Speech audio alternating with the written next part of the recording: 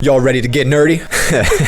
This is gonna be the most nerdy video I've ever created on my YouTube channel. And I'm gonna tell you right now, if you manage to make it through 10 minutes of this video, props to you. You're a super fan, because this is literally gonna be you and me looking at data together. I'm an engineer. You know that I talk about it a lot. I always brag about it. I have a really good data background, right? And by good, I mean, I know a thing or two about Excel. Like leverage that engineering background and try to, create some data and charts and stuff and optimize my channel. So if you don't like nerdy things and you're like, whatever fella, I just wanna see you. You do memes next Wednesday? Monday? Friday? When do I do them? I downloaded this spreadsheet here where I have information on every single video that I have posted for the last 90 days that has had at least one view. All right, it's about 800 videos that has gotten at least one view in 90 days. Then I went through and I canceled out anything that got less than 10,000 views because those seem like outliers, right? You with me? This is exciting.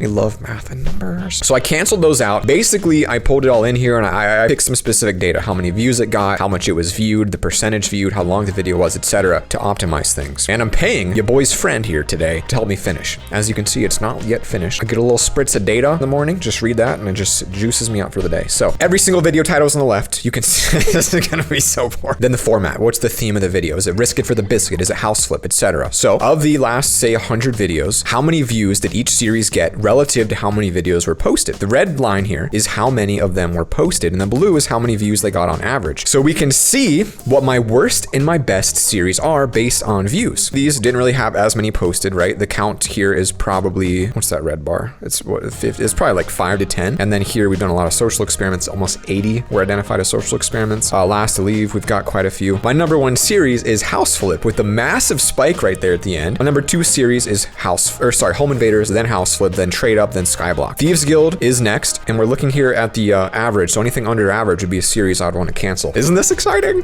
I love data. Last to leave is not doing great. Social experiments don't do great, but you also have to consider social experiments have so many more data points than the others. So obviously it's not a super fair comparison, but it still gives you a good picture. Risk it for the biscuit. I guess we've misnamed these. So risk it with a period and then risk it without. So, it's tough to say. Guide videos don't do well. Pawn Shop, it had its own theme because we did quite a few of those. Rip off, terrible series. Admin Moore's RL Craft, risk it. So what do we see from this data? This is where things get excited. Follow me, guys. Follow me. Follow me down this beautiful road to data heaven, where I will go when I pass away at the ripe old age of 78 from eating too much donuts. So if you're loving this right now and you're like a lover fella, would you please talk to me about data? Talk data to me in part 2. I will do it. You don't have to tell me twice, guys. I'll pull out a spreadsheet. Me and you will go on a data date and we'll pull out Excel and we'll just talk about numbers all day. Can make it happen. So this one is interesting. It literally tells us nothing. What is the value proposition to the audience? Like entertainment, listicle. All my videos are entertainment, so there's literally nothing to gain from this chart, but there you go. This is the comparison of whether or not the video has my face in the thumbnail versus the views. And if you make videos, don't copy what I do because every audience is different. Just clearing that out. This is my data, yours is different. But you can see here, most of my videos do have my face. I mean, a lot more have it than don't. So there's actually a significant increase in views on my faces in the data set. I mean, that's a notable statistical difference right there. And that just gets me all excited. Should I be using thumbnail text, right? Views with or without thumbnail text. You can see I use it more than I don't, according to the red bar, but I also get more views with it on average. If this all proves to be true, you don't want to follow the rule 100% of the time, but it's good to know deep down you're optimizing your data set. And this is just the start. First, we're going to optimize my face, my text, and we're going to optimize the colors. Like what colors do people like to see the most in my videos? Do you like yellow? Do you like red? Do you like orange? Do you like green? I'm going to do that. Then I'm going to have the optimal this, and it's going to be so optimized. It's going to be like a well-functioning oiled machine. It's an engineer's dream come true. We will have the most optimal viewing day, so we'll know which days to post our best videos to get the most optimal views. Like if data was Taylor Swift, Interesting graph to alert averages of views versus the average view duration. This shows us the average view count versus how long people watched on average. We can see there's a very clear bell curve here, which is pretty contrary to my belief, which is that the longer the view duration, the more views I'd get, you'd think. But in this case, it seems as though around 6 minutes is the most optimal view duration regardless of video length. So that gives us the longest view count, which means in theory that YouTube is ranking your videos not based on your average view length, but your average watch. This is so annoying. This is just a cool data set because it's just not what you'd think. Because you'd think the longer someone watches your video, the better it performs. And it's just not the case from this data. You can see clearly. So that blew my mind. I've got a theory that the word you performs well, because if you see the word you in a title, it's going to really hit and like punch you in the face. So here we can see the average view duration versus the rounded video length. So you can see here as the rounded length of a video increases, so too does the average view duration. So according to this data, the longer videos actually do perform better. We'll get to that on this one, which is more of a bar chart of that data. Now this is the coolest graph, I think, because this shows me the optimal video lengths based on the views they would output of the last 90 days. We can see videos shorter than 10 minutes are actually doing quite bad compared to others. And then once you pass the 17-minute mark, again, very bad. Now, obviously, there's a lot less that are longer, so the data is a lot less reliable in that case, but it's still interesting to see nonetheless, because like this whole 10 to 17, fairly even distribution of video posts. You can see 15 and 12-minute videos do the best. 10 minutes actually really not great at all. So we're going to be looking to do more 12 and 15 minuters. So you'll see that coming. Now, these are data on the last 90 videos, all brand new data. Haven't seen this all yet either. Grab a drink because this one's going to get real exciting. Sherbert G Fuel.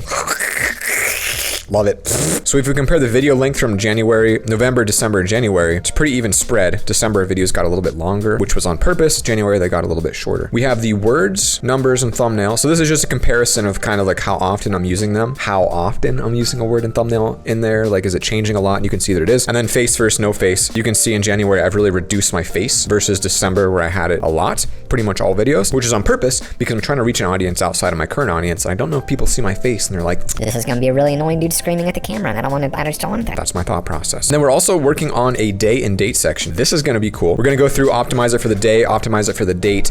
And then the final thing we gotta do is optimize it for, hey, by the way, if you can count how many times I've said optimize today, we're gonna optimize it for the CTR, click-through rate. How often are people clicking on my videos? Which is one of the most confusing metrics out there, because as your impressions go up, your click-through rate goes down. And so even though your video is doing well, it also looks like it's not doing well. There's a lot of stuff to take into account for that one. It is a fantastic way to get some good fun data on your channel. This is just the kind of the tip of the iceberg here, or should I say tip of the ice block from Minecraft.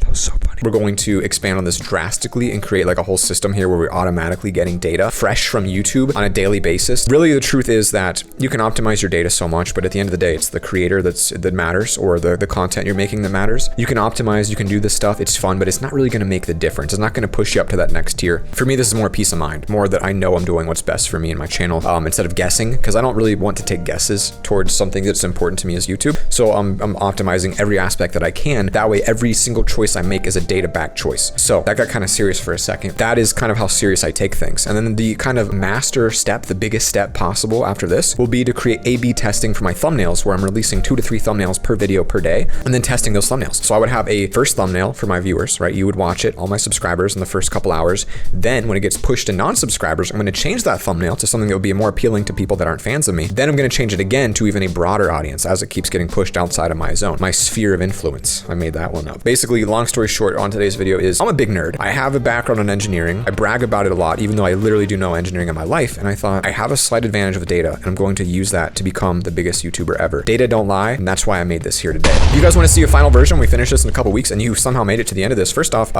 you made it to the end of a video about Excel. So that either says you've got nothing to do, or I am way more entertaining than I thought. Number 2, spread that love, lick that screen, and I'll see you guys all in 2 more days. Peace.